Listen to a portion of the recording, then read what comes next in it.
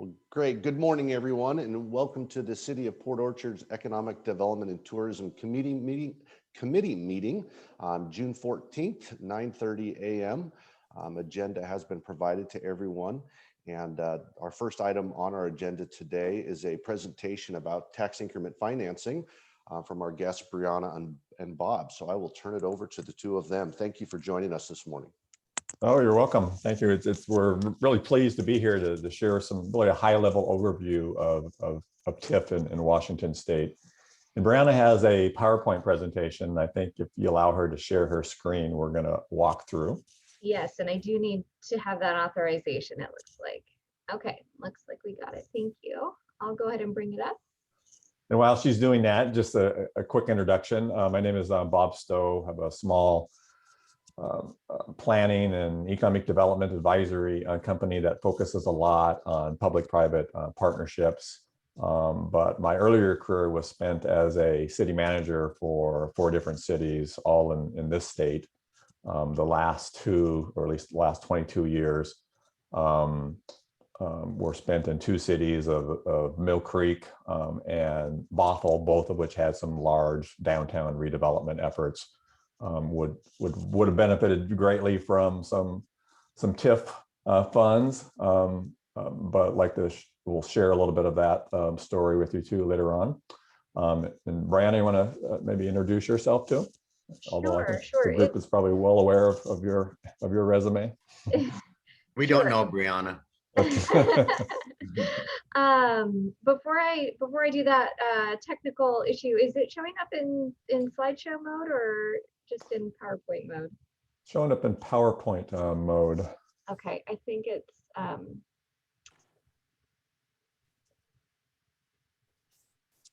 about that? Yeah, better. There we go. Okay, great. And I think we're on introductions. Yeah. Yeah, thank you, Bob. I know and recognize many of you. I'm Brianna Murray. I'm a governmental affairs consultant with Gordon Thomas Honeywell Government Affairs. I have the honor of working with just an excellent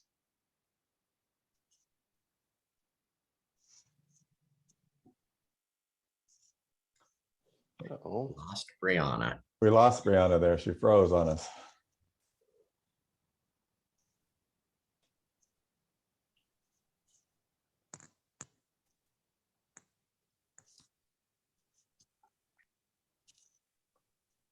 Can everyone still continue to hear me? Yes. Okay. It's just Brianna that froze, it looks like, right? Yeah. Yep. Maybe she'll be able to log back in.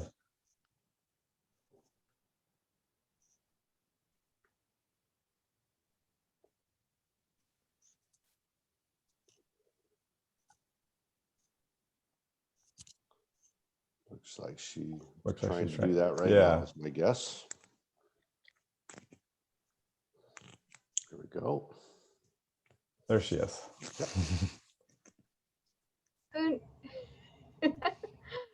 Oh man, it's Monday, I guess. Exactly. This is Monday on Zoom. Yes. Anyway, I will be brief so we can carry on. So yes, I was one of the lobbyists that worked to help get the bill passed and was really proud to be part of a really high functioning team that made it happen. So I'll stop there and we can move on to the next slide here. Hey, Brandon, could you just back up to that slide, which is the one before the photos of you and I? Sure. It just has the presentation overview. I can certainly try. There we go. There we go. Yeah. And so what we wanted to cover today with everyone is really, again, a high level overview. We're going to touch on kind of the legislative history of TIF, some of the concerns, and then the actions that the legislation, of course, legislators had taken. Talk a little bit about LIFT, Local Infrastructure Financing Tool, as that's been around for a number of years, and just compare it to the kind of the structure of that against the tax increment financing today. And we'll use Bothell as a case study. Again, kind of an overview of tax increment financing as enacted by HB 1189. And then finish up with kind of some implementation do's and don'ts, since TIF is new to Washington, and probably spend at least half, if not more, on just addressing questions that everyone has in a question and answer period. So we've structured the presentation to where we'll walk through some of the mechanics associated with TIF. And so it might be best if we can present that to you and then take questions at the end, if that's agreeable to everyone. I think it would probably make more sense as we go through. Okay. Great. So I'm going to go ahead and start with a little bit of the legislative history concerns that have been expressed previously and why this was so hard to get passed into law. I will just say, I've been lobbying on behalf of cities for over 15 years now, and it has been on a city's legislative agenda. One of my clients at some point in any given year, each and every one of those years, and never passed until this session. So this is truly a historic step forward that we were able to accomplish. The reason it's been so hard to get passed into law is because in the 80s, the court ruled that tax increment financing in the traditional sense as it is used in other states is not constitutional. And their finding was based on two elements. One is that our state constitution requires state property tax revenues to be allocated to the common school fund, not to economic development. And any tax increment financing would run afoul of that. And then second, the way the previous statutes were structured, there was no assurance that the associated money generated through tax increment financing would be spent on public assets. And there was a finding of a gifting of public funds. There were a lot of efforts to amend the state constitution, and those all failed. And so for years, we were left with no mechanism, no type of tax increment financing in Washington state, while 48 other states were able to proceed forward with some version. In the early 2000s, the legislature did authorize several versions of what they refer to as TIF Light. It really was not true tax increment financing as it's used in other states. That'll be, Bob will go through what TIF Light is in more detail. But in short, there is a whole series of acronyms, LIFT, LERF, JDF, HBZ, that stemmed through these different TIF Light efforts. And the mechanism was a credit against a state sales tax, which relies on an investment from the state general fund. So as we saw state general fund dollars become increasingly scarce, these TIF Light options became less and less viable. And I'd also share that from the TIF Light projects, we had some key legislators, including former Speaker Frank Chop, indicate that it was simply a handout to developers. And we had several jurisdictions, and still have several jurisdictions, that are essentially sitting on their TIF Light award. They have not utilized it. And so legislators didn't want to expend their state dollars and had a little bit of a bad taste in their mouth from those two items. So TIF Light fell out of favor, which really directed us to look at how do we revisit authorizing true tax increment financing, utilizing property tax, not relying on state dollars, and how do we craft it so that it is constitutional and also meets the current political climate. We'll go into greater detail on the tool that we have, but I'm pleased to share that it's very carefully crafted to meet the constitutional concerns as well as the previous concerns that we heard stemming from the TIF Light projects.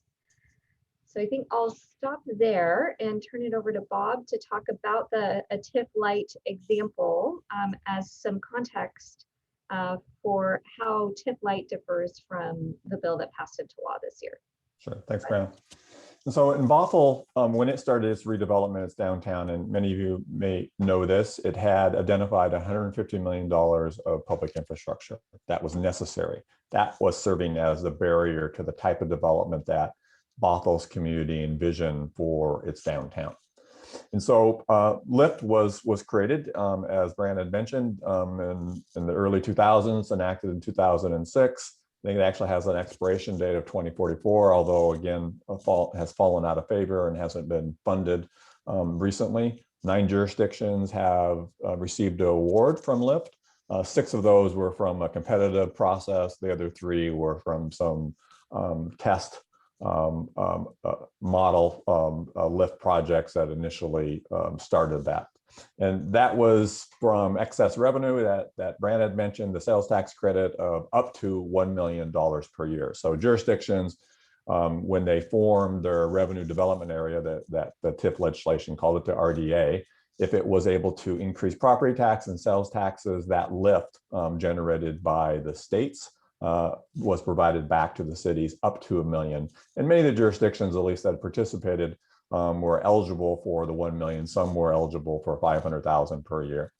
And so Bothell received its $1 million per year, again, as a sales tax credit to support some of its infrastructure investments. And LIFT was never meant, much like I believe you'll find out when we go through the analysis and sort of the mechanics of TIF, they're not meant to fund all of your needs that you might have in order to remove barriers for development. But seldom is one source ever enough to do so. And so Bothell used LIFT as just one of the tools and started the momentum for the project.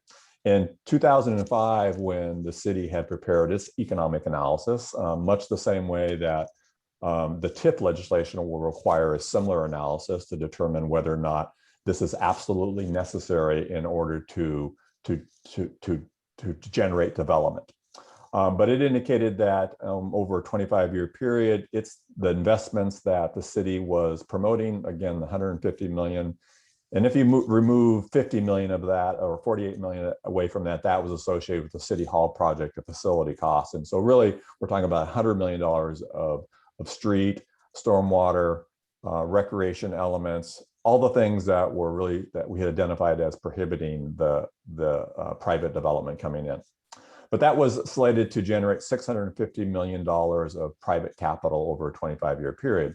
And so we were very pleased when we were able, just in a short few years in Bothell, to target and identify over $300 million that had been raised in just a short few years after those implementation projects went in. And so I think the key thing that I want to promote and talk about here today is that was really early money, which was critical to Bothell's success in order to raise the additional funds that were necessary to support the type of development that it was envisioning. And again, when we go through the analysis of TIF, it may not generate significant amounts of money, but again, it may provide your project with a momentum. It may give your organization as well as your community greater confidence in the ability to actually achieve some of these larger infrastructure investments that are necessary in order to produce the development that organically would not have occurred if not for the investment that you're making. Bob, wasn't there a McMinimans project associated with this redevelopment, if I'm remembering correctly? There was. The McMinimans project didn't utilize any of the LIFT funds. I mean, we could have identified a number of different street projects, infrastructure projects, which were necessary for the 100 million. Bothell primarily used its LIFT funds on what was called the Crossroads project, or SR 522. They moved it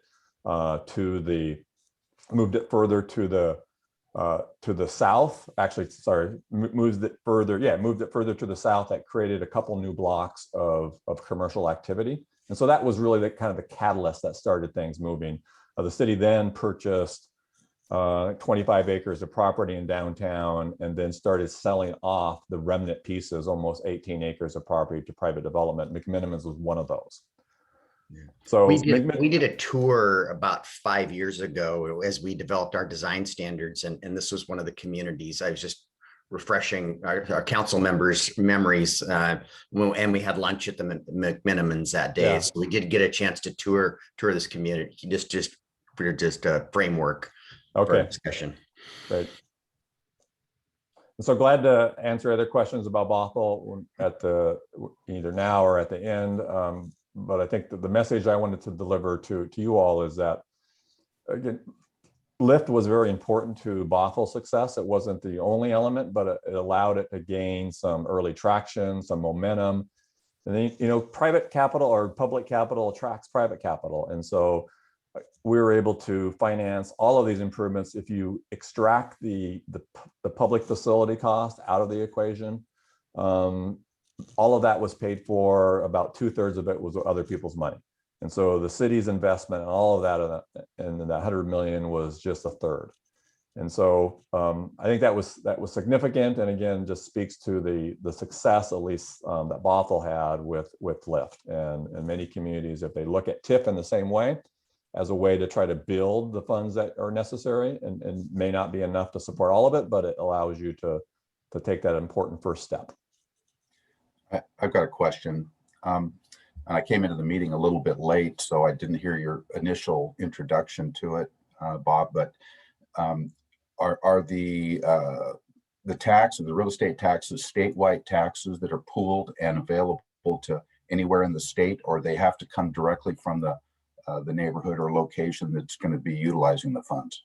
Right, they're going to come from what's called in the TIF analysis, the increment area, that area that you determine that you're going to make the investments in. And if not for those investments, you wouldn't be able to generate the new taxes that come out of that area. And we have, and Brianna is going to go through sort of the mechanics of how those additional taxes work within the structure of the state's 1% property tax increases, and how that increment area gets pulled outside of that, and you're able then to receive those additional funds that normally would have gone into the 1% cap. But we have a few slides that I think illustrate that for you. Okay, thanks. Okay, thanks. Let me move on to the next slide, Brianna, if you can. Sure. So yeah, we can dive in a bit more to House Bill 1189, which is tax increment financing, and I'll say it's Washington's version. And I want to note that Washington's version of tax increment financing is different than what exists in the other states, both in order to work around the constitutional concerns that I outlined earlier, but also needed to be structured different to navigate our current political climate. And I want to emphasize what Bob shared, which is that the tool that we have is a modest tool. It is meant to be used with other tools in your toolbox in order to facilitate economic development and growth. So it's not going to be the silver bullet solution to making a project or a downtown area revitalize. It's part of a broader effort. And I will be a broken record on this, and that is that this is a new tool that we really need to use wisely, or we will lose it. And we can lose it either because the legislature observes how we use it and they don't believe that we're following their intent when the bill was adopted, or through a court or constitutional challenge. And while we've drafted it to be as constitutional as possible, our preference would be to not roll the dice and ask a court for their thinking on the statute. So one of the main ways that tax increment financing, Washington's version, differs from other states, and also differs from the TIF Light proposals that we've had, TIF Light programs that we've had previously, is that the bill and the resulting tool is really designed for a specific project or a specific site where there's a really good understanding of exactly what public improvements are needed on that site, a very good understanding of the specific private development that will follow, and a strong understanding of the increased and assessed valuation that will occur on that site. It really is designed for when you're already in conversation with a developer. They're fairly committed to putting in a new hotel or new retail commercial or some sort of vision for a project. And the specific public improvements that are needed, whether it's new sidewalks in the area or a new exit off of an interchange, but they're very well known. It is not where this is not a tool where, as a jurisdiction, you create an increment area in your downtown that then allows you to build infrastructure somewhat on spec with the philosophy that private development will then follow. That is not what this tool is. Now, if you pick a specific site with a developer in mind, there's likely to be benefits off of that specific site to the surrounding area. And in that way, it can serve as a catalyst. But the specific tool that's authorized in the bill is for a specific project or site. So city, county, or port has the authority, and any of those three entities adopt an ordinance that create the increment area, and they identify the public improvements that will be financed with the TIF funding, whether those improvements will be paid for by cash or whether or not bonds will be issued. There are limits in how you can create the increment area, and specifically jurisdictions cannot create more than 2 increment areas. If you have an area that is incorporated in the county and the port, then you can have a total of 6 increment areas within that area. So like, I believe downtown Port Orchard is in Kitsap County and also in a port. Mayor, you can correct me if that's wrong, but that would allow 6 increment areas within downtown Port Orchard. The increment areas altogether may not total more than 200 million in assessed valuation or more than 20% of the total assessed valuation of the jurisdiction creating the increment area. And the reason that it was included in the statute is because once the increment area is created, any increase in assessed valuation, including natural or inflationary increase in assessed valuation, is considered part of the increment or the TIF growth. Also limited what you can do once that initial ordinance is adopted. And my message here is make sure you get that ordinance right the first time, because you cannot add additional public improvements to that ordinance later, nor can you change the boundary of the increment area. And again, this goes back to utilizing this tool once you're fairly far along in knowing exactly what project will be constructed. And because we had so many jurisdictions get awarded TIF Light awards that still have not utilized them, you also have to include a specific deadline on when the construction of public improvements must begin. And it is stated in the statute or encouraged in the statute that that deadline be within 5 years of the ordinance being created. And again, the reason for that is that we've had jurisdictions that received TIF Light awards in the early 2000s, and they have still not utilized the credit against the state sales tax. And so there's a certain amount of skepticism by the legislature in whether or not the money will be collected from the increment area and whether it will just sit in an account. So that's why we have this deadline included. The legislature was also pretty specific on how increment financing funds can be used. I'm going to turn it over to Bob to walk through the allowable uses. So these are all the uses that are just taken directly from the legislation. And so although they're very, I think they're general, they also should be viewed with some guardrails in mind, in that those jurisdictions who try to sort of walk outside of the general description of those facilities, we may find ourselves in an area that then causes some reaction either from legislators or from some litigation down the road. But generally, it's pretty wide open. It's street and road construction, water and sewer systems, sidewalks. These are all typical things that come out when you look at why isn't the kind of development we want in our downtown or business park happening. So those are provided for. It also includes parking facilities, terminal and dock facilities. So parking structures, underground, above ground, those are available. Park and ride facilities and transit facilities. Park community facilities and recreation areas. I don't think that this was intended to include city facilities, city hall facilities, but certainly aquatic centers, community centers, recreation centers. I think in parks, that's all eligible under the infrastructure that you could issue debt against or pay for from the TIF proceeds. Stormwater and drainage management systems, electric, broadband and rail service for those jurisdictions that have that as a utility service.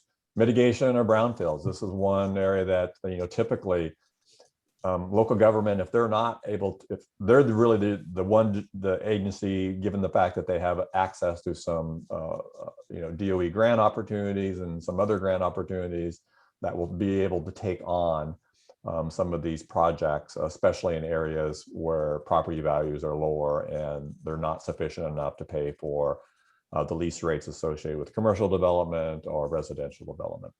It also includes, you can use the TIF financing for preserving long-term affordable housing, purchasing, rehabilitating, retrofitting, and for energy efficiency. And similarly, the same thing for public improvements associated with child and child care facilities, as well as historic preservation. If you want to preserve a building, a property, you are able to utilize your TIF funds to do so against that public expense or that public need or identified need.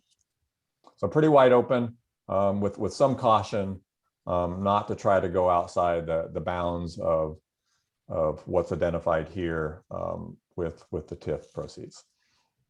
Maybe two additional comments from the legislative discussion. One is that it's really important that these all be public assets.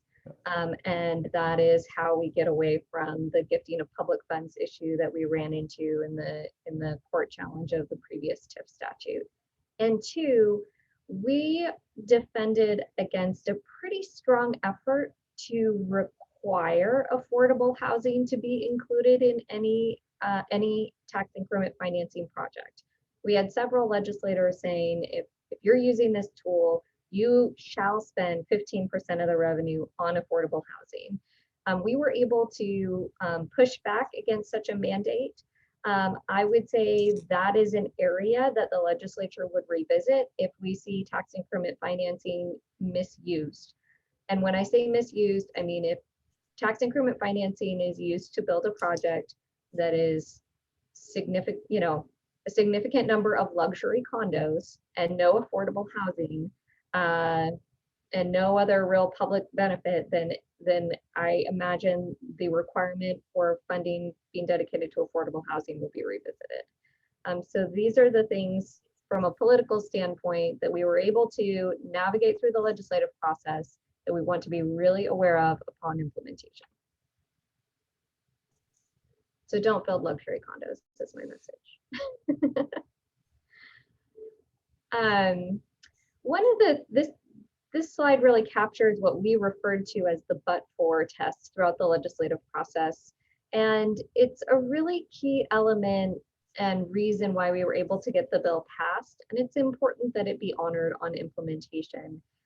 And it's essentially that if you're using tax increment financing, you have to make a finding that the private development would not otherwise occur without the public improvements, and that the private development will result in an increase in assessed valuation that is greater with the public improvements than without the public improvements. This was really responding to two concerns that we heard. One is that tax increment financing is simply a handout to the developer, and that but for tax increment financing, the developer would pay for all of this infrastructure. So you really have to be able to articulate that no, this development truly would not occur without some type of funding for the public infrastructure. So again, you have to have a knowledge of what the public improvements are, the cost of those public improvements, and why the private development revenues, profit couldn't pay for those public improvements. Many of the examples that we used were, a large interchange that's needed to go into a specific site, and there's no way the development on that site could ever pay for a large interchange, or a site that has a significant amount of environmental contamination. And in order to ever have the site be attractive to private development, you would need to expend significant funds on environmental remediation. One of the biggest or best arguments for making this case is also how long a site has sat vacant, blighted, fallow, and being able to make the argument that, hey, it's been sitting here for 10 years, good economic times and bad economic times have come and gone, and still private development has not come. And therefore, it is not likely to be developed within the reasonably foreseeable future. So this analysis, this finding is really important, and I'd encourage, as this is implemented, to not simply check the box on this one and say, oh yeah, it would never happen. I would really encourage some dedicated analysis and staff time to building and justifying the case on why the private development wouldn't occur without TIF. The next, in addition to that finding, a jurisdiction must prepare a project analysis. Again, this goes back to having some level of specificity, the expected private development in the area, and then comparisons of what that private development would be with and without proposed public improvements. The other thing is, throughout the legislative process, there were concerns brought forward about gentrification and the argument that, you know, there may be a small business located in an area or next to an area that is a TIF site. And as that TIF site redevelops, there's going to be negative impacts on that small business or associated low-income housing. So as part of the project analysis, the jurisdiction is required to do an assessment of any impacts and necessary mitigation on affordable and low-income housing in the area, the local businesses that are there, local school districts. So if it's a project where there's going to be a significant increase in the number of students, there needs to be a conversation with the school district, and local fire service. Again, same thing. If there's going to be an increase in level of service within the increment area, then you have to negotiate a mitigation plan. On those last two in particular, those really came about, I think, because of a fundamental misunderstanding about how big the increment areas can be and how they can be utilized. Those stakeholders were very focused on the TIF light proposals that included increment areas that were much larger than what we're anticipating we would see in the implementation of this bill, which would be much more site specific. Either way, I think this impact analysis is very important. I'd also note one of the likely places for litigation to stem from this statute is from a business that is feeling like they're being forced out, or a residential building owner who feels like they're being forced out. So being very conscientious in how we're handling, managing, communicating with these key stakeholders is, I think, very important to protecting the statute. Then there was also fairly significant public process and review built into the statute, more so than we would typically see in a financing tool or a new funding tool. Jurisdictions required to hold 2 public hearings exclusively on the project. So that means not part of another council meeting agenda, but a public hearing exclusively on the tax increment financing proposal.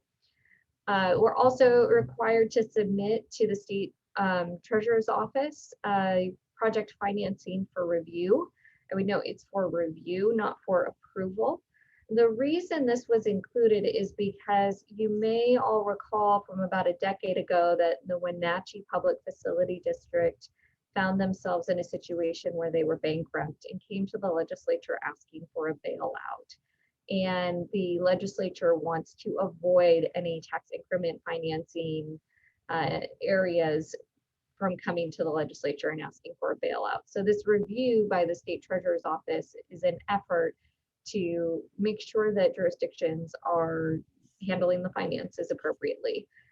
We pushed back on it being a mandatory approval. And so I think it's important that we honor the review mechanism and take feedback from the treasurer's office seriously. Published notice in the public newspaper, which helped us get newspapers on board with passing the bill, and providing notice to the county treasurer, county assessor, and the governing body of each taxing district where the increment area is located. On that last one, the notice to the governing body of each taxing district, I would really encourage anyone utilizing this statute to not allow the notice that is required in the statute to be the first indication, first conversation that they're having with the impacted taxing districts. Because this is a new tool, and because Washington State's property tax code is complex, it does require some explanation and understanding to help taxing districts understand what tax increment financing in Washington State really is and how it doesn't impact their bottom line. What we discovered through the legislative process is that taxing districts have an immediate negative knee-jerk reaction to the phrase tax increment financing because of what they've learned from their colleagues in other states and the impacts that other states' form of tax increment financing has had on local taxing districts. So they go to nationwide conferences and they learn that, you know, tax increment financing in Oregon has been horrible for fire districts. And then they receive a notice from a city that says, hey, we're creating a TIF, and the conversation doesn't go very well, as opposed to reaching out to them and helping them initially understand what TIF in Washington State is and how it functions and how it can be good for them. Brianna, can I ask a question here? Sure. This is coming from property taxes, and we have property tax abatement available in some areas of our city. Are these both coming out of that same bucket of dollars? And do we need to be careful that we, you know, now there's not enough because we gave it away in this bucket and we need it for that bucket too? Great question, Mayor. I think that this next slide is going to answer that question for you. Okay. Hey, Brian, I would also say that the way, you know, like MFTE works, if you're thinking of that as a property abatement, Mayor. It is. That's the one I'm referring to. You know, I think some jurisdictions have found that, you know, once those projects are constructed, sometimes they get onto the rolls. The assessor goes out there, they evaluate the property during construction. And so I think some jurisdictions have found there's about 50% or so of that, whatever, if it's a $100 million project, maybe 50 million actually gets onto the tax rolls before it gets through the abatement process. But that does, so if you sort of discard that for a moment, there will be some of that that occurs that will, just by the way of the way the assessments work and when construction happens with new construction, some of that will get onto the tax rolls. But it does raise an interesting policy question for those jurisdictions who want to impose a TIF. Do you also want to have a tax abatement, MFTE? It may be one or the other you decide to offer, because if you're looking at primarily a residential project and you're going to abate for 8, 10, or 20 years, that's going to take your TIF revenues. And so it is an interesting policy question that you need to consider. You need to talk to the developer. Yes, right. But whether or not you even want to offer that in terms of what's the thing that's going to remove the barrier? Is it the tax abatement for 8 or 12 years associated with affordable housing or not associated with affordable housing? Or is it the lift that comes from the rest of the development? Okay, thanks for clarifying that. Yeah. So I want to sort of hone in on this second bullet, and that is that, so just sort of basic property tax 101, right? What a jurisdiction collects each year is what they collected the previous year, the dollar amount they collected from taxpayers the previous year, plus 1%. And then when increment financing is created, if the taxing district is within an increment area, they will also collect TIF growth. So this is how we're ensuring that all taxing districts are really made whole when an increment area is created. And that's that the amount that is collected to fund the infrastructure is in addition to the 1%. We've essentially exceeded the 1% property tax cap for the increment area. The TIF growth amount is whatever that taxing district's levy rate is times the growth in assessed valuation, the incremental increase in assessed valuation resulting from the development or the public improvement investments. It does apply only to local property taxes, not to the state property tax levy, and not to what's called excess school district levies or voter approved school district levies. And it is those two exclusions that ensure that this model remains constitutional. And then let's see here, I think what makes most sense is to just go into an example. So I took a property in downtown Port Orchard and looked up on the county assessor's website what all of the local levies were that were being imposed on that property. I think I actually picked City Hall. So if you were to decide to turn City Hall into something else, that was the specific property, but I would imagine the levies are the same in any downtown property. So these are all the levy rates for the local levies. I've excluded, again, the voter approved school district levy and excluded the state property tax levy. So that's a total levy rate of 4.49. For the first year of an increment area, you have the increment area the year you create it, and then you look at how much the assessed valuation within that increment area has increased within the first year. So I just said in a hypothetical world, there was an increase in assessed valuation within that increment area of $2 million in the first year. So you take that local levy rate and apply it to the $2 million in assessed valuation. So that first year, tax increment financing creates $8,984. So not a lot of money. It's a modest tool, but it is additive over time.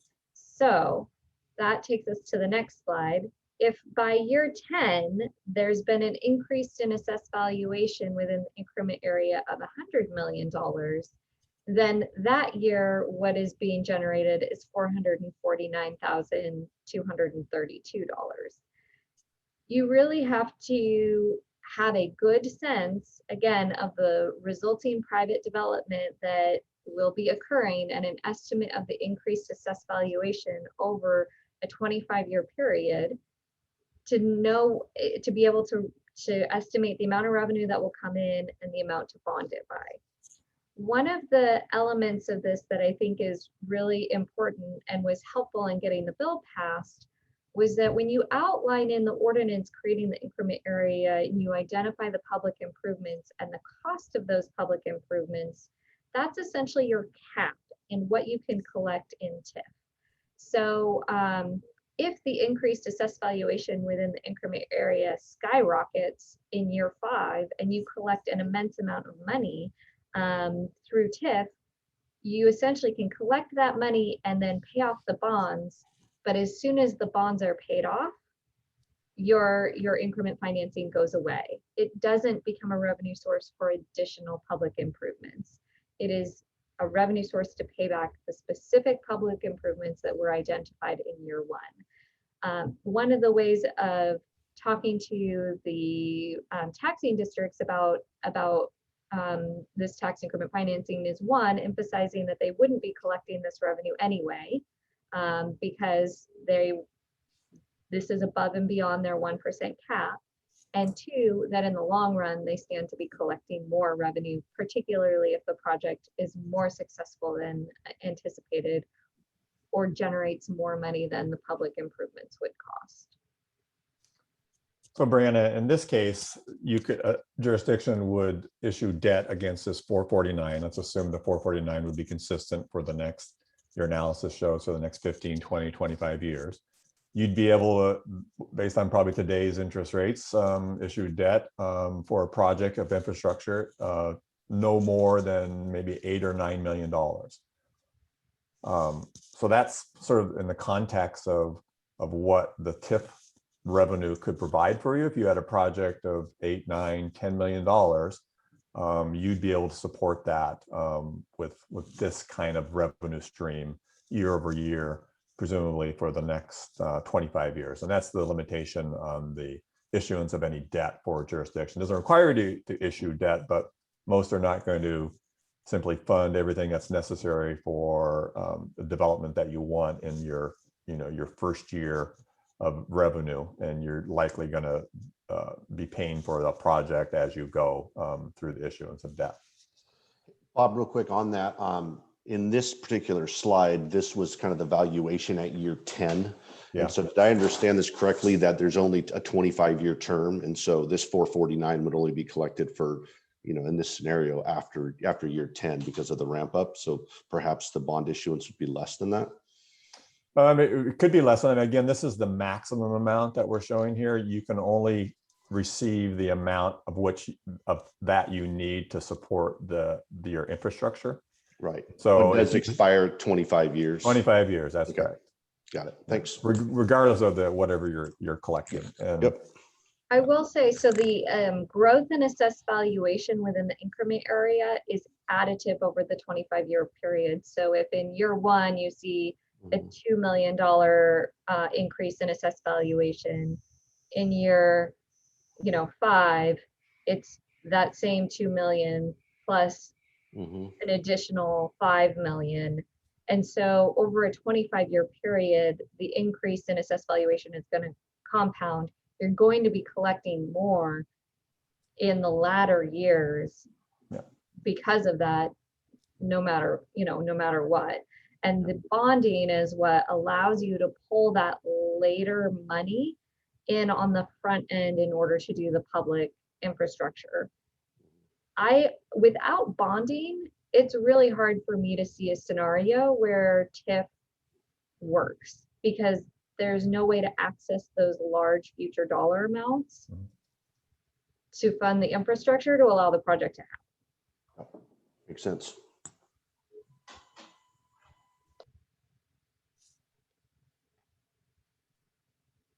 So that takes us to implementation do's and don'ts. Bob, do you want to start us off here? Start off, yeah. And so the legislation asks that you carefully examine the TIF revenues, but as a jurisdiction, you're going to want to do that anyway, unless you simply have spare money laying around that you're going to spend on infrastructure anyway. And most communities don't have that. And so you're going to want to carefully examine whether or not you're going to generate the type of development, the type of revenue that's necessary to support your bond issuance. Because whether or not your development occurs or not, you're still going to be obligated for any debt issuance that you take on. Development may never happen, and you may have just missed the mark, but you're still going to be responsible for that by paying that debt, whatever bonds you issue. Brand had mentioned this too. I think it's important, certainly for jurisdictions, as we implement TIF for the first time, that we not only follow the letter of the law, but also the spirit of the law, so that however we implement this will likely be viewed very carefully by legislators, and depending upon how successful and how much analysis and due diligence that is done by jurisdictions will likely determine the types of guardrails that may get added later on in the process. And right now there's not many guardrails, but we could see more depending upon how this legislation is implemented. Again, make realistic projections about the ability to attract private development. Do your analysis, do your economic projections, know the market. Why isn't development occurring that you want it to occur? Is it because of a roadway, a sewer system, water system, whatever it happens to be? What are your rents for commercial development? What are your rents for residential development? Having an understanding of all that, it's the kind of information that you need to collect anyway, but it's also the stuff that the state will likely be looking at to make sure that jurisdictions aren't getting out in front of their skis.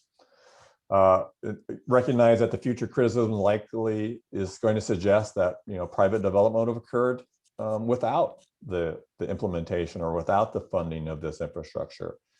And that's going to be more of a very subjective argument. So as much data as you can provide to jurisdictions or to legislators or even critics in your own community that, for the last 15 years, we have not been able to move this kind of development forward.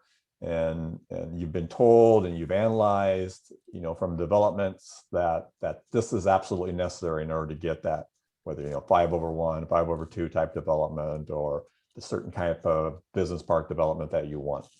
And so I think that'll just be necessary information, not only for your own community, but also to use as data for the state.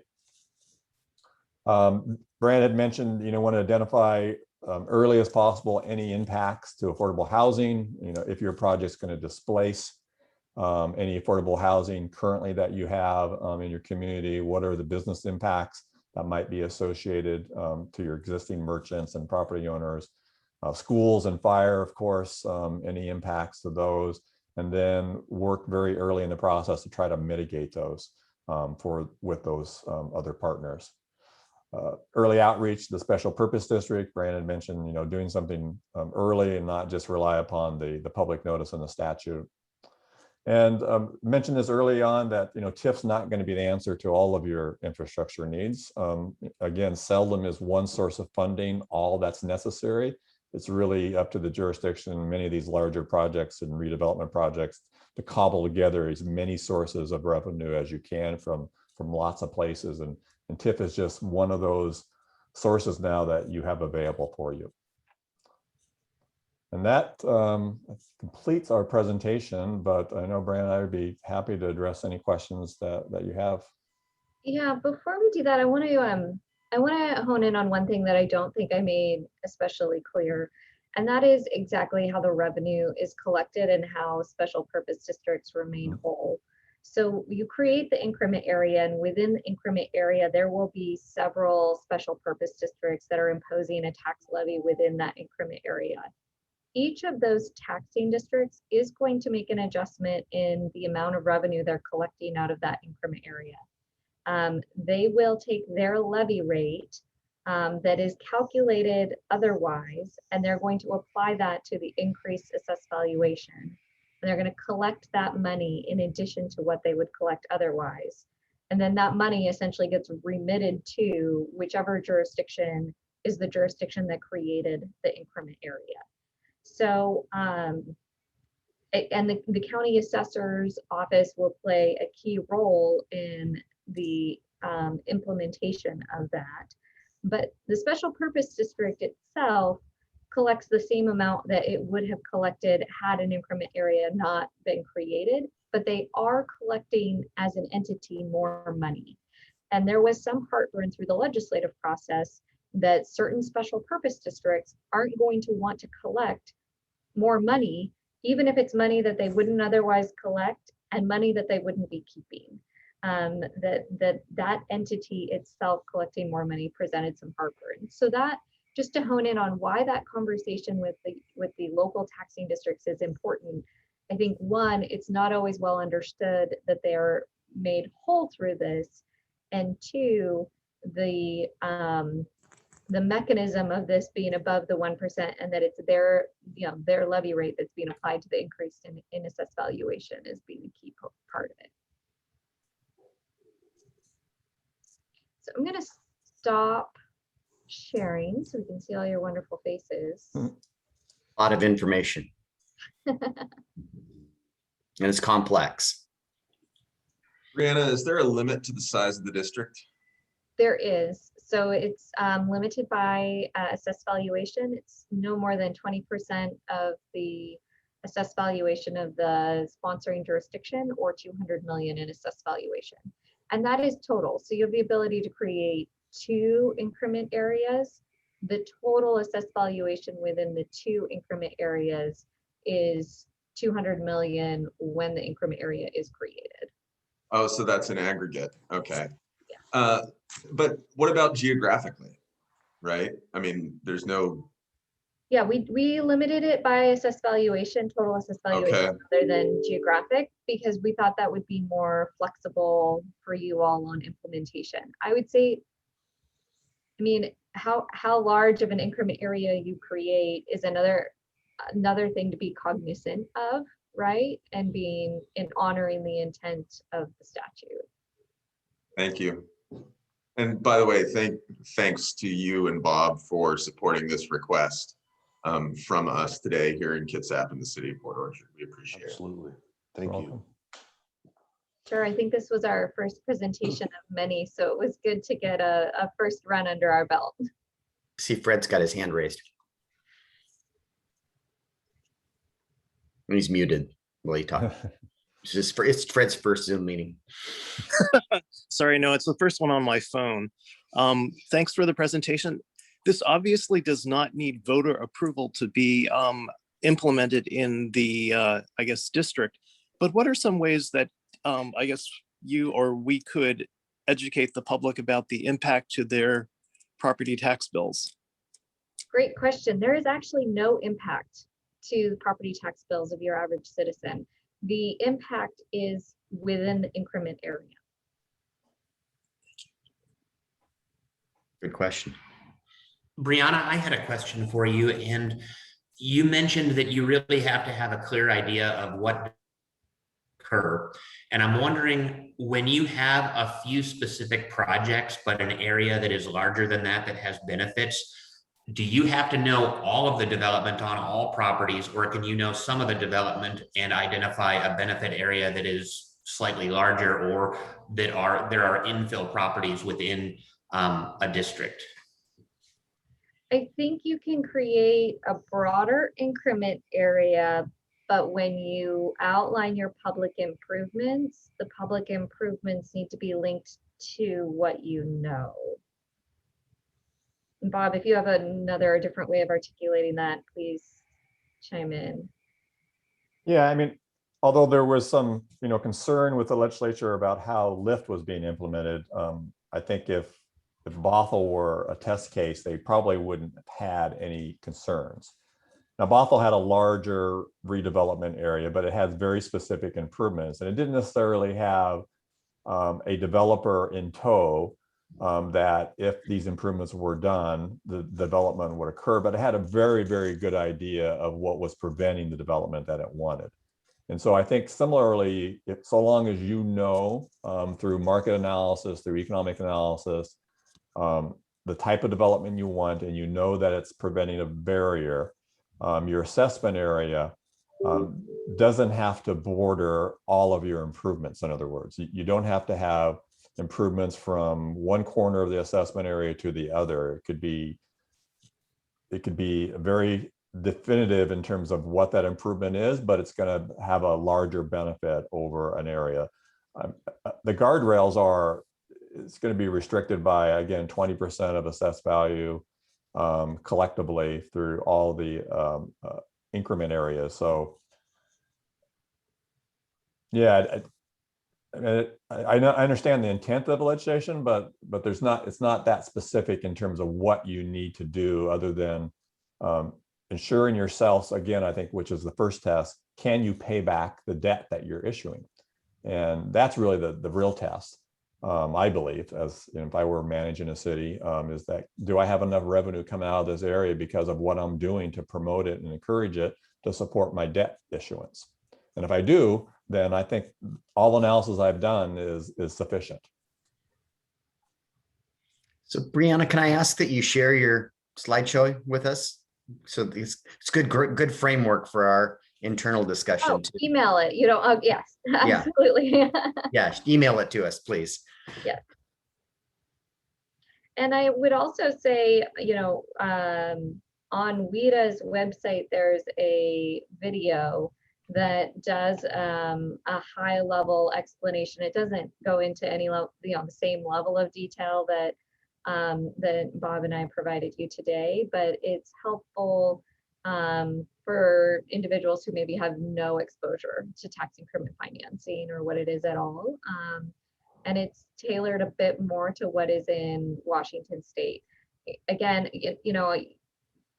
one of the biggest fears I have is that you have a practitioner coming in from out of state saying, oh, I've done a dozen tax increment financing projects in other states, and now Washington State has it, and they try and do the same thing here that they've done in other states, when Washington statute is very unique and different, and it's not going to work the same as it works in other states. We don't have a property tax system like what's in other states. Matt, did you have a question? Yeah, kind of more for the city folks, but if the city or even the port were to consider something like this, where would the discussion start? Would it be in this committee? Would it be in the land use committee, the finance committee? Where would that? I think all of those committees would touch it possibly. Yeah, I think it would start here, and then we would loop in the other committees as it becomes relevant for their scope of oversight.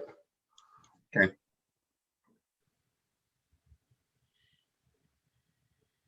I've got a question. If a taxing district elects not to take the 1% increase, are they still eligible for the TIF funds? They are. So, and the impact is the same. So the jurisdiction would collect what they usually collect without the 1%, but then they would also collect the TIF growth amount. And again, that's the amount that they're going to collect it, and then they're going to remit it to pay for the public improvements. So it's not taking away from the amount that they would otherwise collect, but it's also not money that they receive.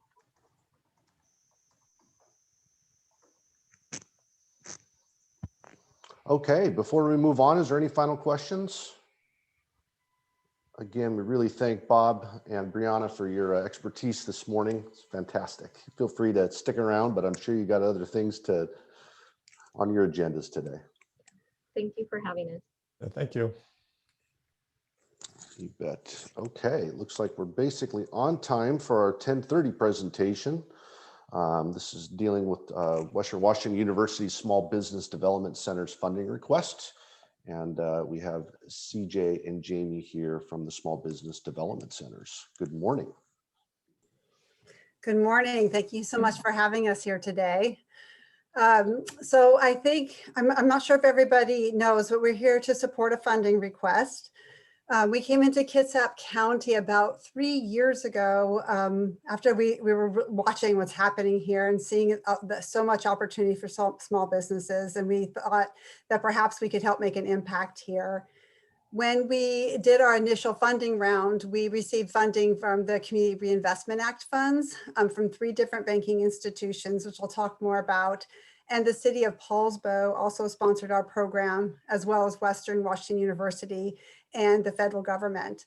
And so we're at the end of that 3-year funding cycle now. And so we're looking for funding starting 2022.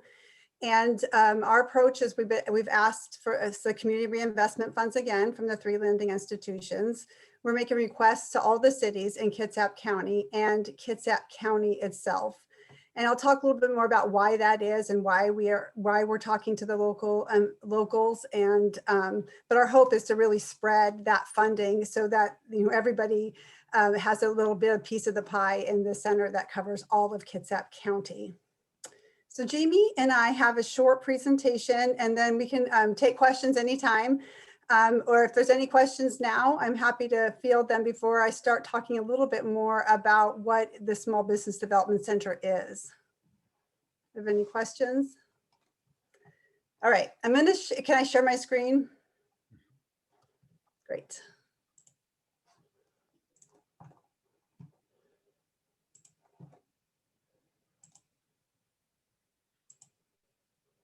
So do you see the first slide there, the kids? Great, thank you so much. Okay.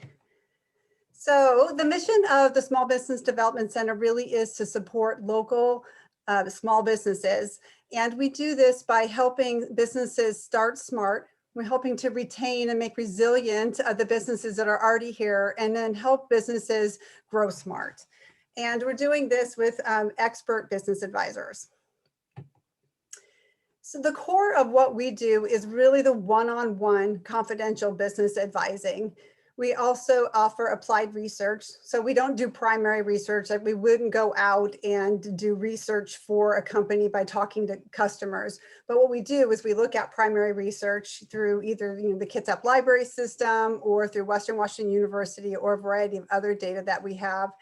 And we apply that primary research to our clients' issue. So that could look like really supporting assumptions in a business plan, or helping a client grow and looking at potential markets for that client. We do continuing education really in the form of group advising. We did this a lot during the pandemic as there was just so much demand about the products coming out of the federal government and how while there was some great information, how a client might look at all these products and apply it to their individual situation to work best for them. Really took some one-on-one advising. So we started with that group advising, and then people came to Jamie and got some great individual counseling.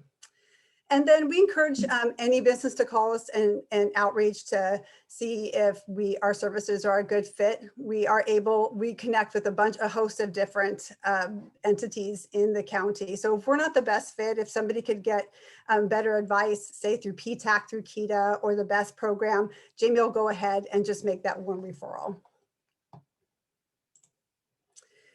So why the SBDC? So I was attracted to the SBDC program because I have a strong belief in public funds really should have public accountability, and the SBDC structure does demand that. So any of the impacts that we're going to tell you about are the client successes. Our clients are verifying those successes. We are certified, so all of our certified business advisors are certified by the state of Washington, so they have to have advanced business education and experience, and then they have to prove competencies in 12 different areas to a team. We're accredited nationally. We get fun federal audits coming our way. So those are some of the reasons I really like the program. We have a statewide team, so there's 28 different centers across the state. And what that allows for us to do is call different advisors across the state for advice. We really do help each other out. A good example of that would be we have an expert on commercialization in Pullman, and he's really generous with his time and helps us out with that because he does so much more work with that than we do. And then we have the whole WW team. So we see Jamie out in the field meeting with all these great businesses. And behind Jamie, we're also supported by a program manager who's fielding incoming calls and scheduling, and then working on the back end too of what it takes to run a center. And the CARES Act allowed us to hire another business advisor that's meeting with businesses and helping support Jamie because of the volume. And that's Kathy Bastow. And she's CARES Act funded, so temporary. And then Miriam is a graduate student. Well, no, she actually graduated. And she does all our research for us. So the SBD structure is fairly unique. The legislature wanted to get technical assistance, and they wanted to get education to the small businesses around the nation. And they wanted to do it so that there was a uniqueness that could develop at a local level. So we are required, every SBDC is required to have a host institution, preferably of higher education, and that's Western Washington University in this case. And then in order to draw down a federal dollar, we have to have a local dollar as match. So for every dollar that's invested locally, we're going to pull down another federal dollar. And this partnership really was by design in order to get those education resources and to invest with federal money, and then make sure that locals really do have a say in what's going on. So these are our current stakeholders that I talked to you about. These are the banks that committed some Community Reinvestment Act funds. The library has been absolutely fabulous in getting us up and going. Not only do we have a site in Poulsbo, but we're able to meet throughout the library system with clients or meet at clients' places of work. Obviously, we've been doing all of our work virtually for some time now. And then again, talking about our partnership. So the intent always for us is to not compete with things that are happening that are super great already in the community, but it's to come in and offer what we can uniquely, which really is, I call it the nerd work. We're doing lots of financial work, lots of spreadsheets to model scenarios. We're doing packages for the bank to help expand. We're talking about how to bring in equity partners. So we're doing some of that really deep, what I call the nerd work. And why is this important? We get so many jobs are created by our small businesses. And here's the most recent stats from the Employment Security Department. But not only, I have a big passion for entrepreneurism because it also creates economic equity, right? It's a great way for, women have been paving paths as entrepreneurs, and also people of color, for opportunities to really have agency to create something for themselves. In Kitsap County, so we measure everything we do. And so we always want to know what success looks like for us. And there's a variety of ways we do that. And one of them is looking at all the jobs that we support. So of all the clients that Jamie has been and the team have been supporting, we're supporting 841 jobs and $60 million in sales throughout the county. And the return on investment. So for every dollar in our budget, we're returning that in the form of capital investment from our clients. So that's either debt or equity, new debt or equity that is coming to the county businesses because of the work that we're doing. I think I'm going to turn it over to Jamie here, but before I do, I just wanted to say how grateful that I am to Jamie. I'm not sure how many of you know her, but she came on just after we opened in July as our first certified business advisor in Kitsap County, and bam, the pandemic hit. And I hear all the time from leaders in the community what an asset she has been to help them, helping other people too, to really act as an expert on behalf of these programs and in a time of crisis, and then doing it virtually. So I'm probably embarrassing you, Jamie, but I just wanted to tell you how grateful we all are to you. So I'm going to hand this over to you now, Jamie. Great. Thanks, CJ. Appreciate that. I just wanted to take a minute to put some context around these numbers, that are up on your screen right now. And as CJ said, barely 6 months after the center had opened, and just 2 months, I think, after I had come on board, the pandemic hit. And so what these numbers represent right now is, on the one hand, we needed to do outreach because most people in Kitsap County didn't know if the SBDC was a resource that would be valuable to them, or even what the SBDC was. And so while we're doing the outreach and the pandemic is hit, and now, we're on a mission too, because there's all sorts of resources coming available and businesses are overwhelmed, and, businesses are worried if they can stay in business. And so it was sort of like, I used to be a hotshot firefighter, and I not so jokingly, tell people that that's what the last year has been like for me. Where's the hottest fire? How can I make the most impact? And and gradually these numbers too don't even represent nearly what we can do, because I know a lot of people have been served. I think I've spoken to every business related group in Kitsap County by now, and I know a lot of people got the information they needed at the time, through that type of outreach, and so they aren't represented in a client that's signed up like these 29 people have. But I guess a lot of what we've been able to do. One Chamber of Commerce director told me, she said, you couldn't have had any better marketing for your services than to have a pandemic. And she was absolutely right. So we're pretty proud of the outreach we've been able to do, but it only opens up, how much more we can do. And I think of Port Orchard, well, Bremerton South is kind of the Wild West right now. There's so much opportunity. This is in Puget Sound. I think this is the most exciting place to be right now, and especially with Port Orchard, the redevelopment coming. I just love even thinking about the possibilities in Port Orchard. Next one, CJ.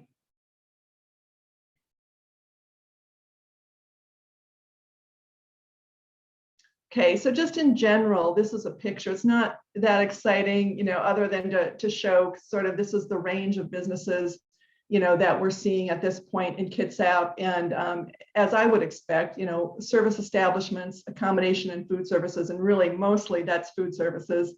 Those are the people that we've been able to connect with, really quickly and make a big impact. But you can see we do have quite a wide range in Kitsap County. And there's nothing, we can't do in terms of our business services, because on the one hand, I think CJ had mentioned our export specialists. So even though, yes, I had to pass that test on exporting as well, I would totally reach out to one of my colleagues in Washington State to help someone with exporting, because we have someone who that's what he does all the time. We've nurtured companies from a garage to a factory selling to Asia right now, and it's just so impressive to me. But we really leverage our resources throughout the state to be able to add value to any type of business in Kitsap County.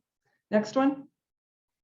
So this is Port Orchard, and I inconveniently didn't put them in the right order. But the one thing I'm noting on this one, again, service establishments, are right at the top. But I'm also realizing that for food services, particularly restaurants, there's a huge amount of opportunity, for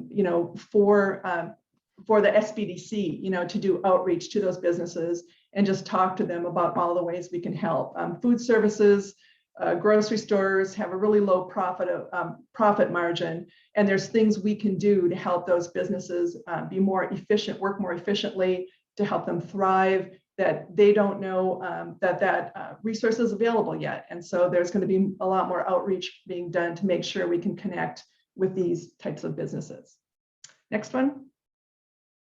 And here, as you can see, it's been, this will change, this pie will change. A third of what we've been doing has just been totally COVID related. Financing is also, really big at any point. Like, how do we find the money? What's the best option for us as a business to, to expand our business, even to get started? There's a huge amount of startups going on, which, I don't know what to expect, because it's, I've been doing this since late 2019, but there's so much excitement about startups. And one of the things we can do is those ones, that are viable and have done their homework and have a good chance of success, we can help them get there. And then for the entrepreneurs and the dreamers, that are maybe just starting to think about that, we can help them decide if this is the right idea and the right business for them to move forward on. If you know about entrepreneurs, most of them have failed multiple times before they find that successful venture, and we're happy to help them fail quickly or just move on to the next idea.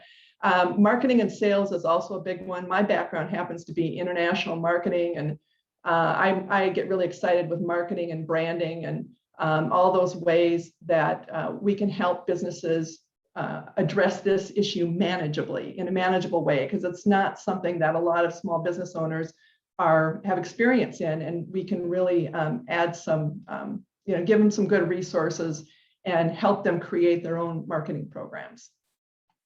Next. And then so as CJ mentioned earlier, everything we do is confidential. So I have a couple of just quotes just to prove, that here's a couple of people that actually, we had to get them, they actually had to say in writing that it was okay for us to share their information. But again, I love South Kitsap. There's some great things going on. If you don't know about the Compost Manufacturing Alliance that came out of Cedar Grove composting, it's just an amazing resource across the country. And it was so exciting, to connect with Janet and her sister, over this business. Next one.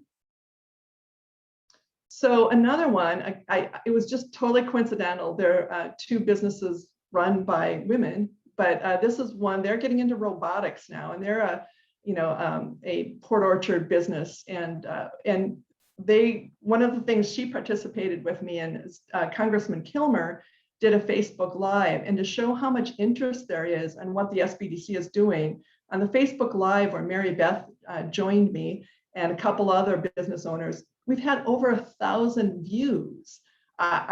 We all don't have that many family members, and I didn't watch it more than 50 or 60 times myself. So, I think that just shows that people are interested in the resource that the SBDC is. And so that's about all I have, CJ. I think the next one is just back to our contact information. So CJ and Jamie, if we were to invest in this, what would we expect to see from our investment in Port Orchard? Right. So in terms of like hours or time, is that what you're? Yeah, what is the ask, and what is the benefit and to our community, and what are we going to see beyond what you're doing today? Awesome. Yeah, good. So with this ask, it is a maintenance level of what we're, the service level that we're currently offering. And And we are hoping to, once we can get out and do face-to-face, we're really hoping to establish presence in satellite communities. And so I know you have a Kitsap Regional Library branch. And so there would be dedicated days there, and days will Jamie or Jamie will be available, and that we can be doing outreach in those communities, and folks can just pop in too and ask questions. And so we would be able to make that commitment and advertise that and be there at certain times. And at this point, I do want to be clear that there's one counselor for all of Kitsap County. We do have an ARP request in with Kitsap County to expand that outreach to have another counselor and have some more virtual services so that we can have more dedicated time out in the communities. Jamie will also be available virtually for some of the days too, but we would be making a formal commitment of how many days we would be out in Port Orchard. Does that answer your question?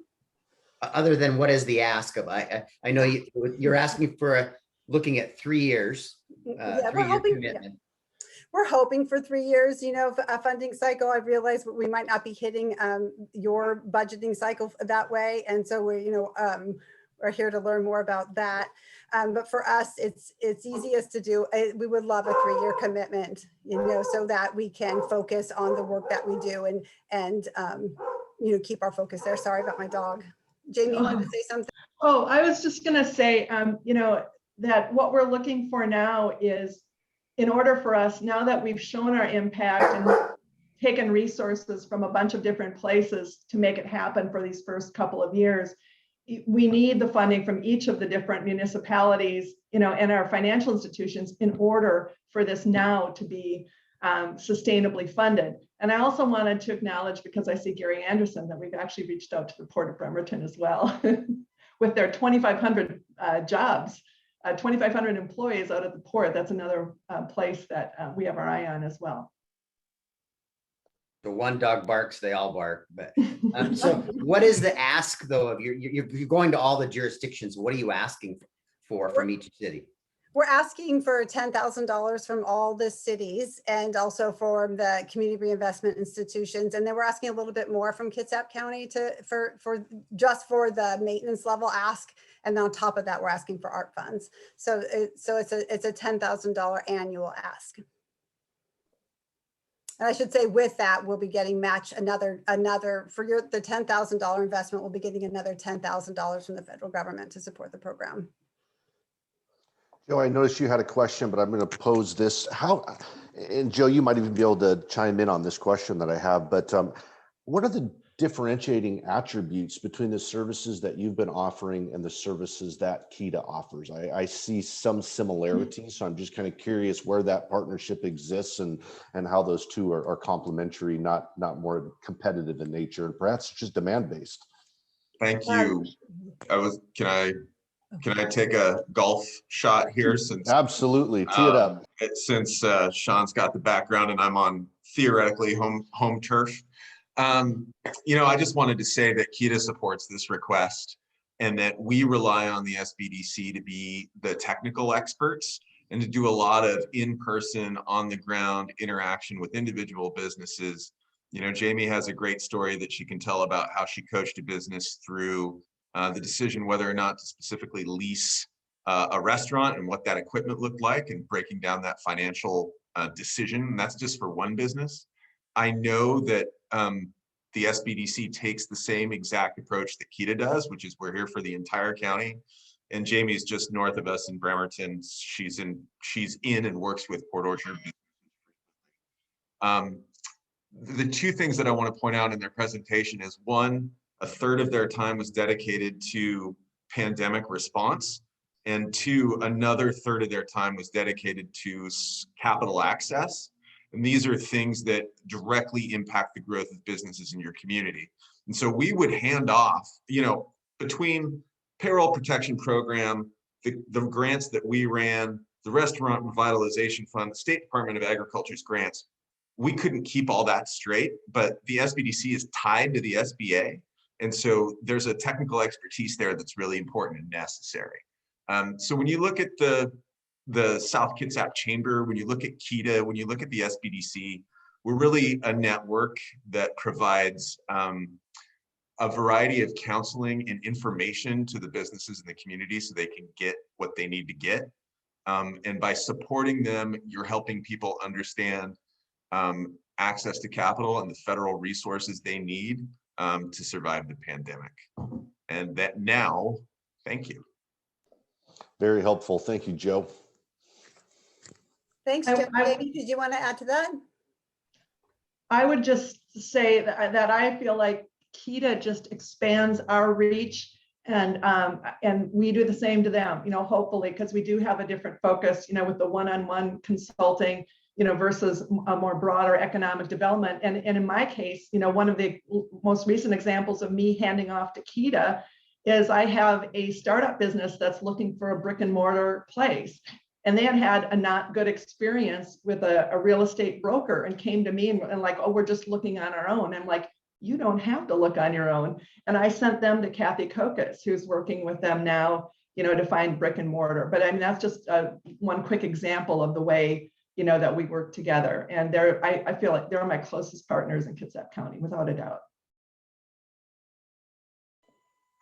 Great. Any other questions from, go ahead, Matt. Mr. Murphy. Yeah, so I would like to say that I think, you know, when you point out how the pandemic has raised the awareness of the services of people like the SBDC, I think that's also caused the collaboration between all the organizations, the SBDC, KEDA, all the chambers. Like Joe, I would support, you know, funding the SBDC, and she did speak to the chamber. I know she spoke to PABSA.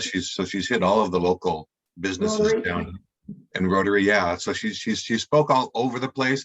The services and the amount of information that has happened, and the clearinghouse that they've provided over the course of the last year has been critical. And I also wonder if you know, maybe some of the latest round of money from the feds for the rescue plan and supporting businesses could be used to support the SBDC, because they support the businesses and all the work that they've done over the course of the last year. If some of that money could be used, you know, if you could throw $10,000 of the $3 million plus at them for this. So I support them, and I appreciate everything that they've done for South Kitsap and the entire county.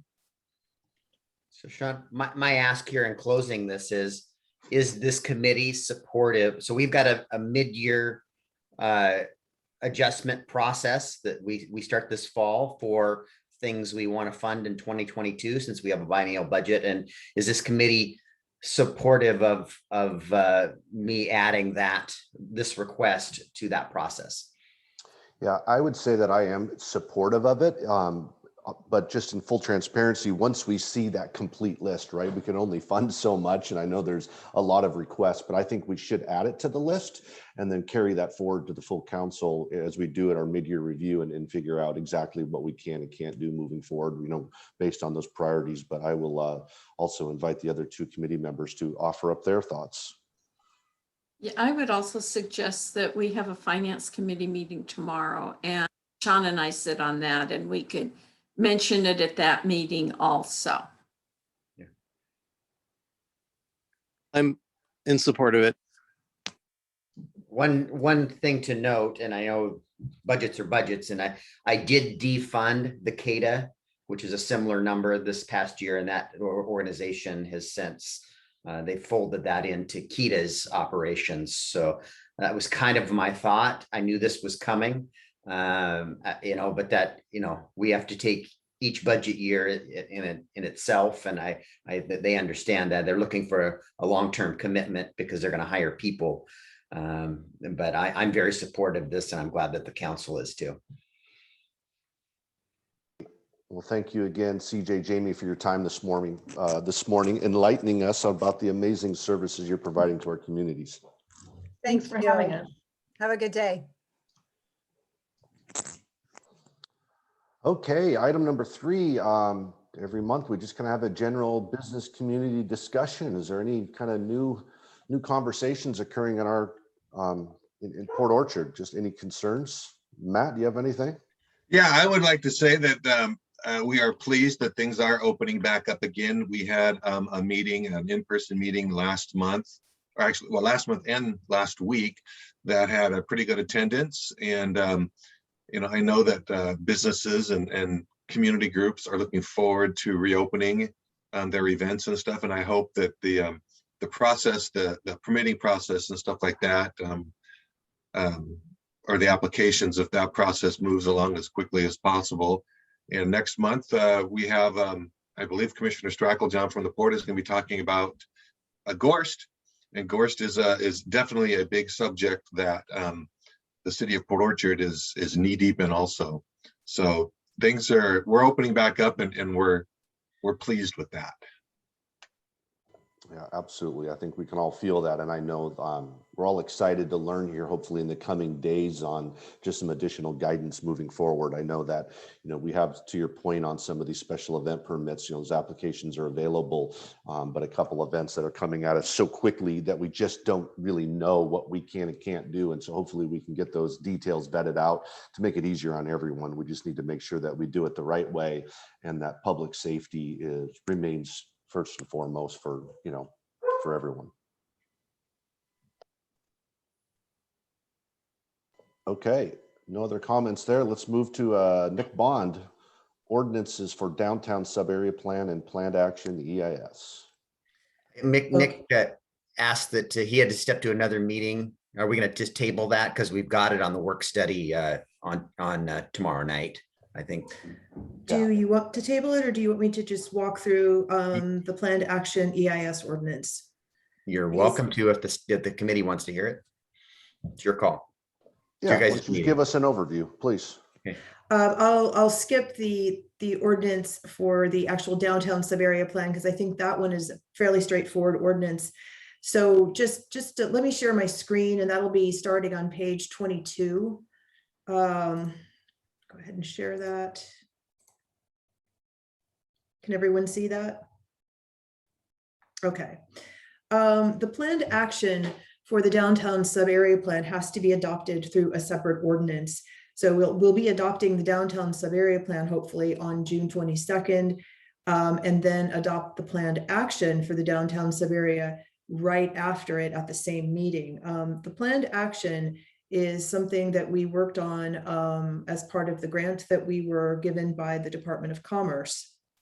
And this is basically what we did the EIS for the downtown sub-area plan. This was analyzing all of the potential and anticipated environmental impacts of the development that is assumed to occur downtown under all of the redevelopment proposals that could occur, both the residential heavy option and the commercial heavy option, which the council has reviewed several times and held a hearing on in the last month. And when we prepare the downtown plan and when we analyze the potential impacts, we're preparing an environmental document with mitigations to try to make it easier for developers to come forward then in the future and not have to go through piecemeal individual SEPA review and mitigation requirements. If they come in and they have a development proposal that fits within the guidelines of the EIS and the mitigations that have already been prepared for the overall downtown plan, they simply move forward with the permits that would normally be required for what they're proposing. They don't have to go through a separate SEPA review and go through individual mitigation assessment. Therefore, they have a simpler process and they can look at what's already been prepared, and hopefully there will be fewer surprises, maybe none. So what we've done in the EIS or in the planned action EIS ordinance here is we've spelled out what is included. So I'm just gonna space down to that. Under the planned action, the following land uses are going to be included as planned actions, which are covered by the EIS, and all of the mitigations, which primarily include transportation. So these would be single family homes. These would include manufactured homes, 2-family duplexes, townhomes, apartments, public uses, and that would include the community event center and the planned county campus and courthouse expansion, our museum and library, parks and recreation fields, The special event facilities, which is limited to the community event center. So if somebody else wanted to come in and do something similar, they would actually need to come in and do an individual new review.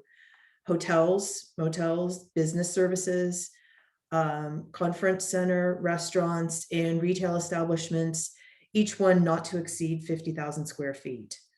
So anyone who comes in with one of these proposals is going to be covered by the environmental analysis that has already been done for the downtown sub-area plan. We also have convenience store and brewery under 15,000 square feet. And so to be considered a planned action land use, it has to be within the area shown in Exhibit A, which is at the end of this ordinance. And that's basically going to be the area which is in the downtown, and also within the borders of what used to be the county campus, separate countywide center. It's been added on and combined with this, and it's been enlarged a little bit, and now goes up almost to the borders of the school on Mile Hill. So this is a larger overall countywide center, all merged. And you can see it at the end of the ordinance. It's in the pink area. And the application for development must be submitted after the effective date of this ordinance. So it won't be retroactive. It won't affect any developments that we already have in the application pipeline, but it will apply to anything after adoption. So July, hopefully forward. Development thresholds. This does impact the number of net increase in land uses that are contemplated by the planned action, because it only the EIS only covered the mitigation for a certain amount of increase in both residential and non-residential land uses, and the mitigation that would be needed and appropriate for that amount of intensity of increase. So we have 848,600 square feet of non-residential uses. And under that category, we've reserved the square footage for the following land uses based on what we believe will be developed. The community event center is anticipated to be about 24,000 square feet of gross indoor floor area. So that's reserved. And then Kitsap County has informed us that their courthouse campus expansion will be approximately 580,000 square feet of gross indoor floor area. So we've made sure that there's area reserved for both of these large projects. Beyond that, it's first come, first served. And 1,288 units, residential units, or 753,283 square feet of gross indoor floor area of residential household living.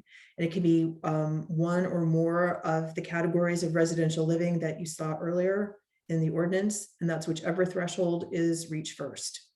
So it can be a mix. It can be apartments, single family, multifamily. It can be in mixed use buildings. It doesn't have to be dedicated residential at all, but it's either 1,288 units or the 750,000 mixed match, whichever comes first. And then parks and recreation facility, as included in the city comp plan. So every year when we update the comp plan, we put in a list of our existing parks and parks that we're hoping to acquire and improve. And so if they're in our comp plan, they will fall under this list of parks in which no additional mitigation is required for improvements. And we also have a list of permits that this covers that were reviewed in the EIS. And these include CUPs, building permits, all of our shoreline permits, variances, land disturbing permits such as clearing and grading, stormwater drainage, preliminary and short plats, our subdivisions, binding site plans, street excavation, street use permits, final plat, development agreement, and right-of-way use permits. So that covers most of our building and land use permits, and that will pretty much cover anything that I think most developers coming in downtown will want or need to use.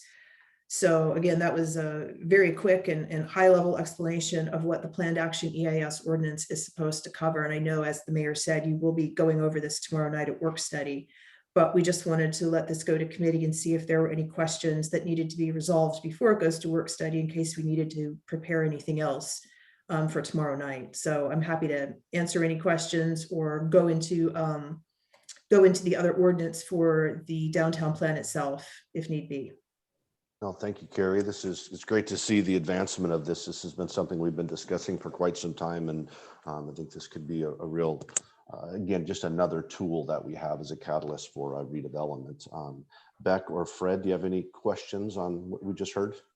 Yes, thanks for the overview. That was very succinct and clear. I'm just curious how often we would be getting updates on meeting the different stages of the thresholds that you mentioned. That's certainly something we can do.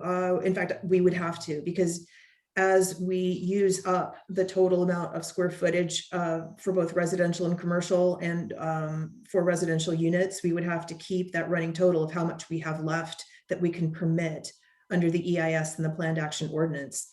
So if the council would like a report, or if the committee would like a report regularly, we can certainly do that. I have a question, and this is getting in the weeds, Carrie, but you indicated that the permits that come in after the ordinance is passed, but I believe we have a permit in for an apartment building on Plisco, which I believe is within this area. So will those units count against the units that are allowed in the EIS? No.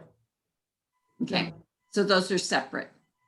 Yes, if it has an application in that's been determined to be technically complete, and it's before this ordinance becomes effective, which will be 5 days after adoption, then no, they will not be able to use the provisions of this ordinance. Correct, but will the units count against the number of no. units that this applies to? No. No, okay.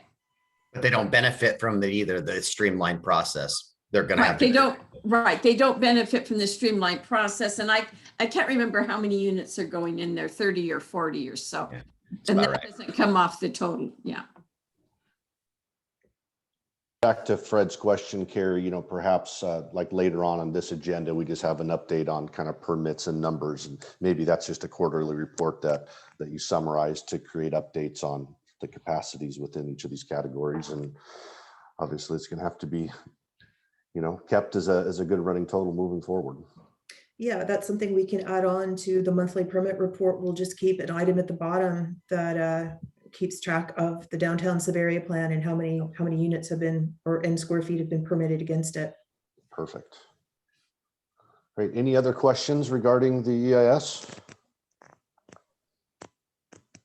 Okay, let's move on to our next item. And I'm assuming, Carrie, you're taking this one as well?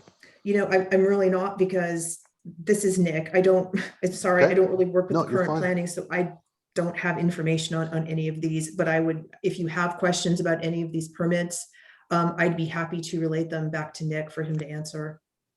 There's lots going on. There's lots going on. Do the committee members have any specific questions that you would like Carrie to find answers to? Or anything that's not on the list. Or anything that's not on the list. I had something exciting development related done Friday late in the day. We got the new water tower at McCormick Woods was all the tests were completed, and actually somebody from the state Department of Health came in on the weekend on Saturday and completed some documents that sent to us that allowed us to start serving water out of that reservoir over the weekend. So it's a big deal. Perfect. Okay, well, with that, I'll take a quick, for the good of the order, if anyone has any other comments before we adjourn. Mayor Rob.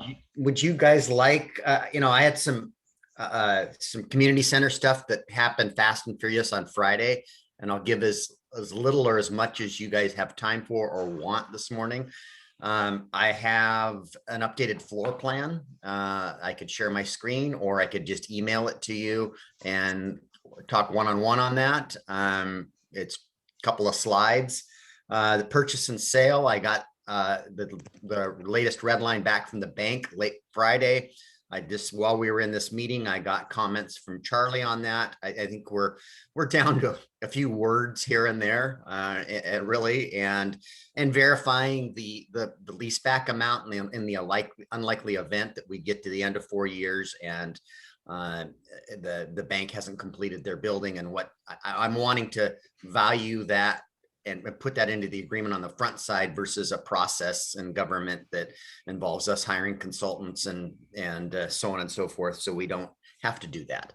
And then it was discussed on Friday too, since we've picked the bank site and we've got time, that I think it's going to be, Rice Fergus is asking for another 60, 90 days, no more fee, but just, based on the feedback they got from everybody, let's just slow this down a little bit and do it right. And so you'll likely see a contract extension in the next couple of months for Rice Fergus to, probably take us into the first quarter of next year at the latest, versus trying to get this all wrapped up by the end of the year for our concept design. So would you like to see the floor plan or would you prefer not to this morning? So your call.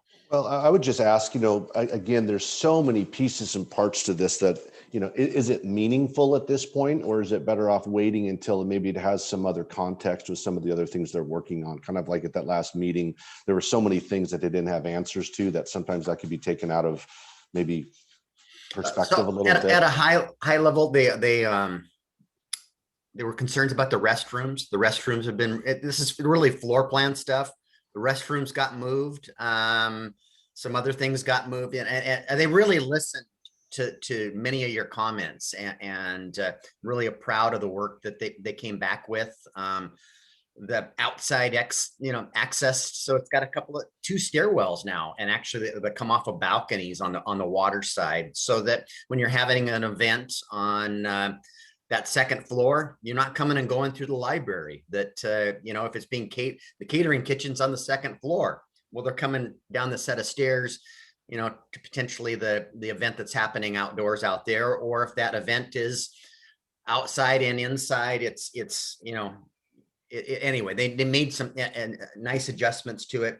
Moved the entrance. It's got some, and I think they listened very well. And I will email it to the committee and then follow up with you guys one-on-one, just for the sake of time. Great, thank you. Okay, any other go backs, Fred?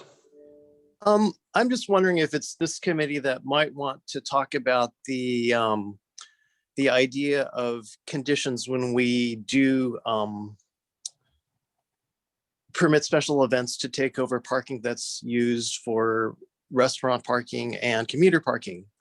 Given the decision that made on the festival, I'm just wondering if we might want a discussion on what conditions would be more, the council would be more conducive for something like that, just given the change in the downtown economic activity. I don't know if it would be a possible discussion item for this committee or maybe the whole council. We could certainly add it as a discussion point here, Fred. So perhaps, Carrie, could you make a note of that and put it on next month's agenda? Just some,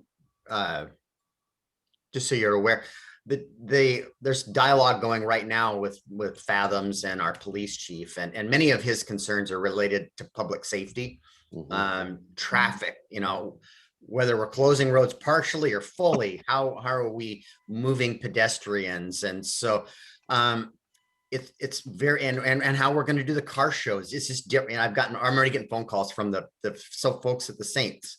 We're going to have probably a bigger police presence because of lessons learned in the Paulsbo event. And we don't want anything like that to ever happen in our community if we can avoid it. And we're not going to do traffic control like we have in the past. That is not a good use of our police officers. They need to be out policing in these events. And so we're going to do things different with barricades. We've got some water-filled barricades that we've purchased to close streets and do things like that, and try to make sure we're safer and that people couldn't run a car or a big commercial vehicle through a crowd of people. and that type of stuff. So, so if you get phone calls and feedback, we're looking at things differently than we ever have before. The other thing that we probably will want to have conversations with some of the nonprofits is when we actually start construction on the west side of town, that's really going to impact the events that are held downtown, I believe. It could. Yeah, I mean, this is just something, you know, for the nonprofits to think about. And I realize that's not going to be this summer and probably not going to be next summer. But moving forward, they're going to have to be a little more open-minded in how they put their events together, because their use of space is going to be different, I believe. Well, you're spot on there, Becca, because we're likely displacing the marina resident parking, and it's going to end up back on the port's property down towards the gazebo. Now, at the end of the day, when our community center and that master plan project is done, we're going to have some really cool new open spaces for the farmers market, for festivals, and for events that we don't have today. But there is going to be some pain in the middle. But I think to Fred's point, a discussion we could have at this committee is just to, again, it's been a while since we had this conversation. And in today's world, what is the economic development or the economic impact of the businesses that are being impacted, or the parking that's being impacted? So I think that piece of it, right? That's just one small piece of this global discussion, but I think we should just freshen up and understand the, you know, the concerns and what it's doing downtown, good, bad, or indifferent. The other thing we could do at this committee level is just dust off our tourism plan that we have. We spent some time, I'm going to say 3 or 4 years ago, putting together that plan. And we could just dust it off and see if it still makes sense or if it needs updates. Okay. So that's kind of used as a guide, particularly for the LTAC discussion. Perfect. Carrie, why don't you go ahead and add that to next month's agenda as well? Great. Any other go backs? If not, we will go ahead and, oh, Joe. This fast, I just wanted to say thanks to all the council members and the staff, and Gary and Matt too for supporting the community center. It's really, you know, I think we kind of maybe sometimes day to day from what I hear in Port Orchard, we kind of get lost in the details, and all I see is a massive economic driver and a potential corporate headquarters for our city. And it's really important. So I just want to say thanks to all of you. Great. Thanks for that, Joe. Okay, well, it's now 11:26 on this device. We'll go ahead and adjourn today's meeting. Thanks, everyone, and we'll see you next month. Bye now. Thank you. Bye-bye. Thank you.